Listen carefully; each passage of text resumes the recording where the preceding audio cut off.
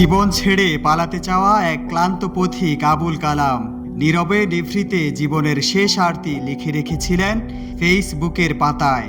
তার সেই পঙ্কুক্তিগুলো হলো, ইচ্ছে তো অনেক, আপাতত যদি জীবন থেকে পালিয়ে যেতে পারতাম।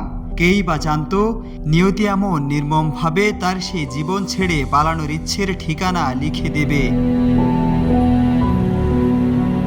যে জীবনের বাঁধনে আটকে ছিল তার ক্লান্ত আত্মা, সে জীবনেই ছিল নিষ্পাপ দুটি শিশুর স্বপ্ন আর স্ত্রীর কাছে ইলিশ কেনার আকুতি, এক ফালি ইলিশের স্বপ্ন আর এক টুকরো শান্তির আশা।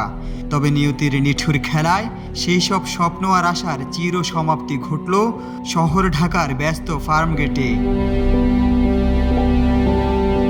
মেট্রো রেলের এক ভারী বিয়ারিং প্যাড কেড়ে নিল তার প্রাণ।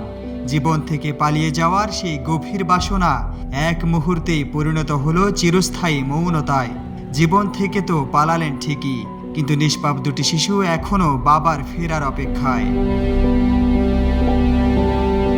রাশিদ বিল্লাহ, জয় জয় দিন।